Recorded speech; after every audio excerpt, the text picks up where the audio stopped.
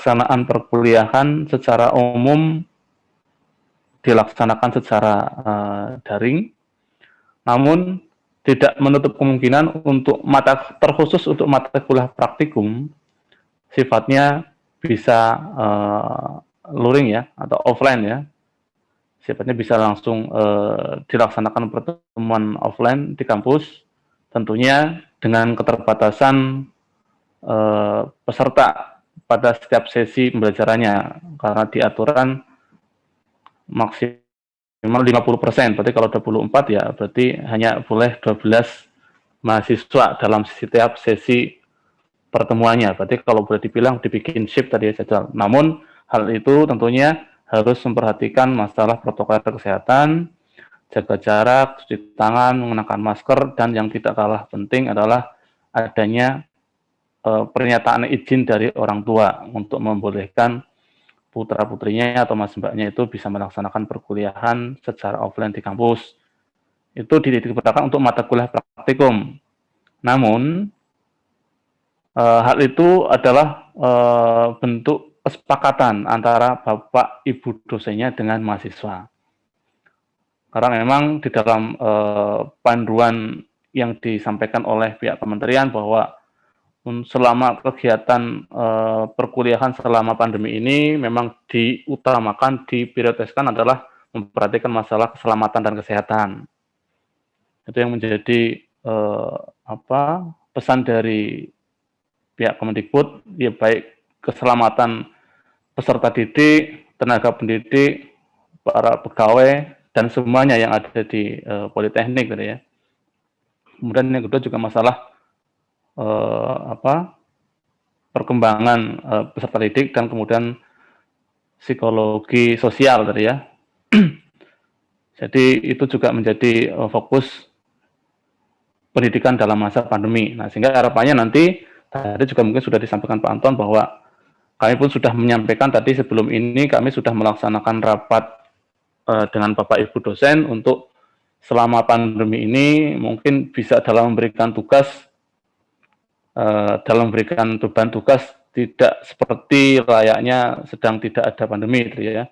Ya paling tidak kami sudah menyampaikan tadi paling tidak pemberian tugas kalau sesuai dengan kaldik kita, sesuai dengan peraturan akademik bahwa total pertemuan adalah 16, sudah include evaluasi dalam kutip ujian UTS UAS ya, sehingga kalau pertemuannya benar 14, sehingga kami mengharapkan maksimal pemberian tugas ya separuh dari pertemuan dalam kutip ya 7 kali tugas lah paling tidak.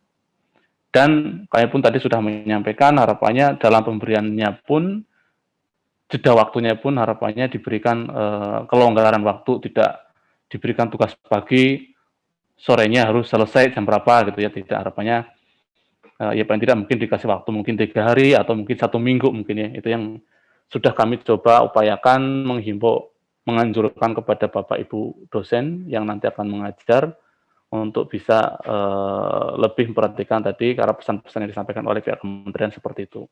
Karena nanti itu juga bisa berdampak pada psikologi tadi ya dari peserta didik, dalam ini adalah Mas Mbak semua.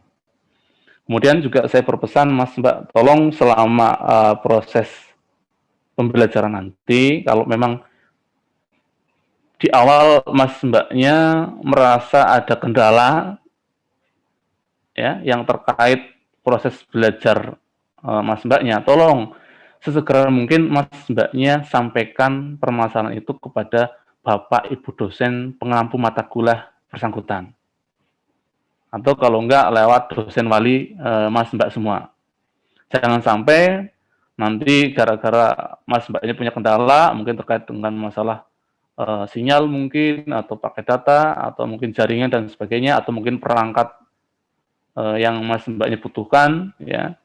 Tapi ternyata Mas Mbaknya tidak menyampaikannya awal, begitu Mas Mbaknya menjumpai ada masalah, malah Mas Mbaknya membiarkan saja berlarut sampai di akhir, sementara itu menghambat Mbaknya, mungkin jadi tugasnya tidak mengumpulkan, tadi disampaikan Pak Anton, atau mungkin tidak mengumpulkan tugas, atau bahkan tidak ikut ujian gara-gara itu tadi ya. Nah itu sehingga berdampak pada baru ketahuan nanti di akhir ya, kami sudah tidak bisa membantu kalau kondisinya itu ketahuan di akhir karena sudah evaluasi tadi ya.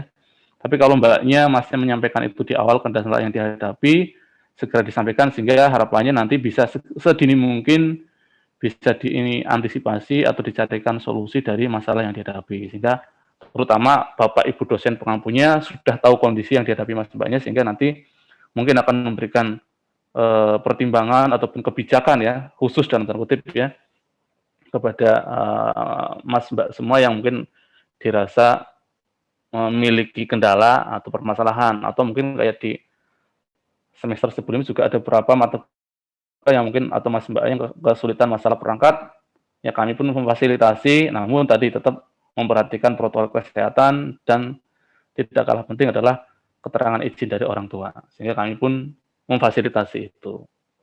Mungkin itu Pak Anton, sedikit tambahan dari saya.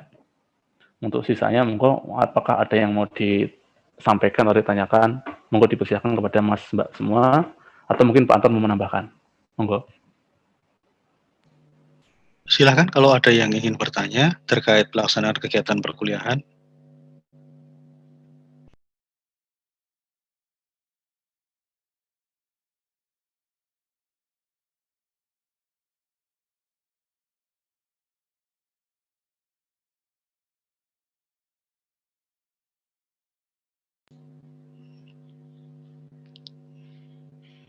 Tidak ada yang bertanya ini? Selamat siang Pak. Selamat siang Mas Hafiz ya. Mohon izin, saya Hafiz Miftah Fauzi, NIM 200302097, kelas TI 1D. Oke, monggo Mas Hafiz silahkan. Saya ingin bertanya, ini terkait dengan kuota belajar ya Pak? Ya.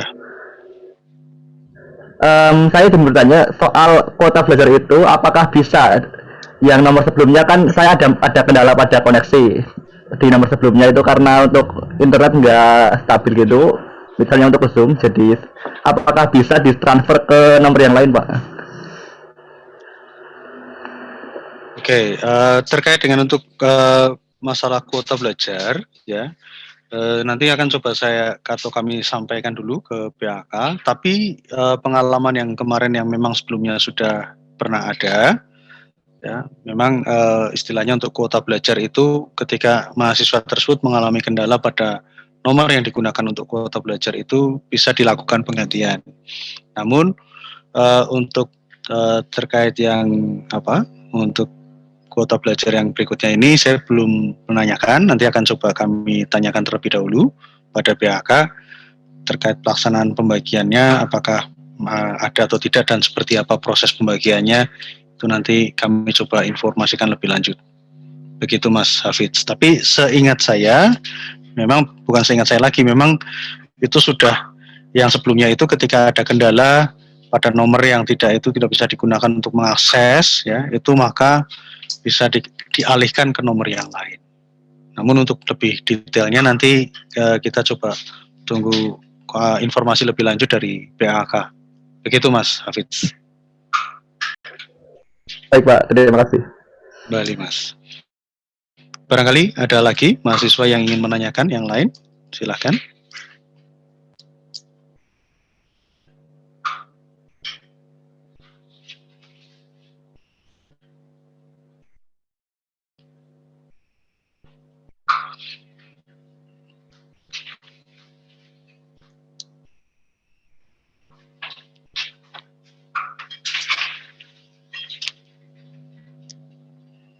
Apakah masih ada yang ingin bertanya atau sudah dicukupkan untuk hari ini?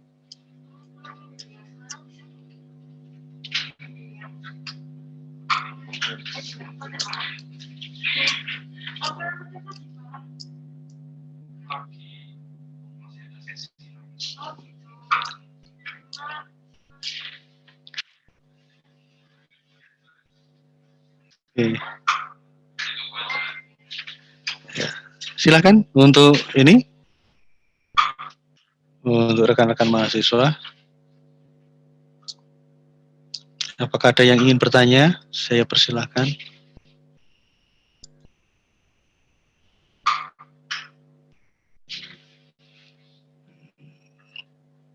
Oke Pak Wahyu, sepertinya ini tidak ada yang bertanya atau mungkin malu bertanya. Monggo Pak Wahyu, bagaimana? Apakah dicukupkan sekian atau masih akan dibuka? Monggo. Ya mungkin dikasih kesempatan sebentar lagi.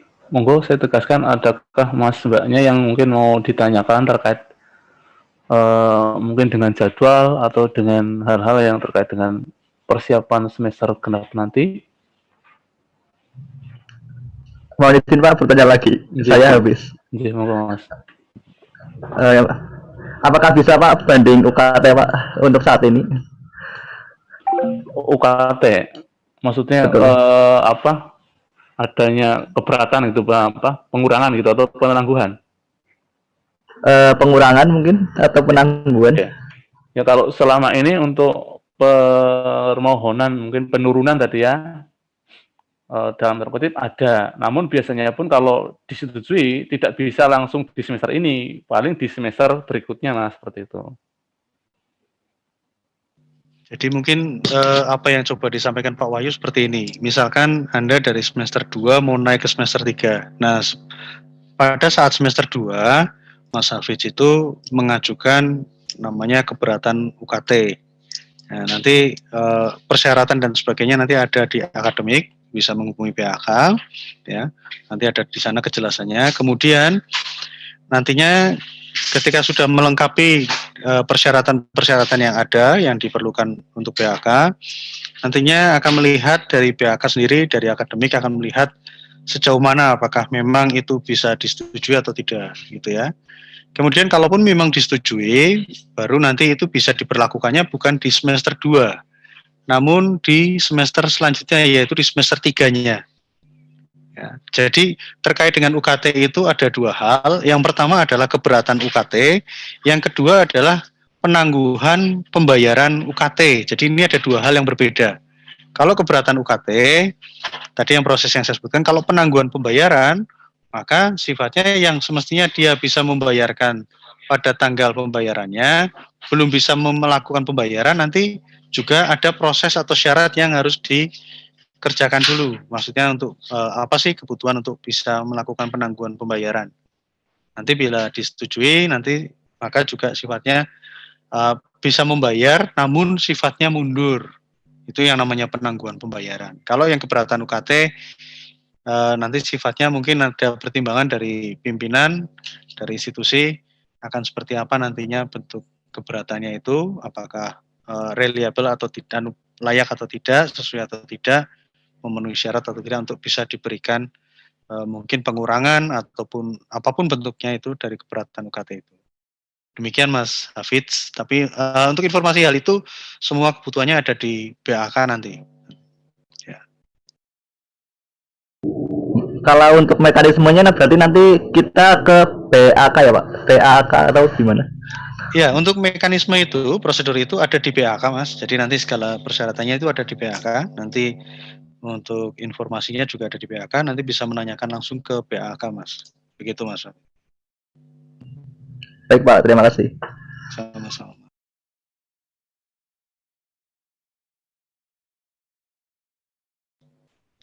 Silakan kalau ada yang lain yang ingin bertanya.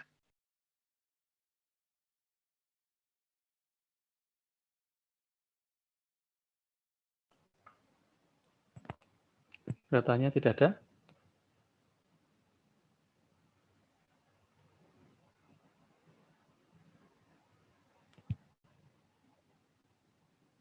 Ini tidak ada lagi yang bertanya.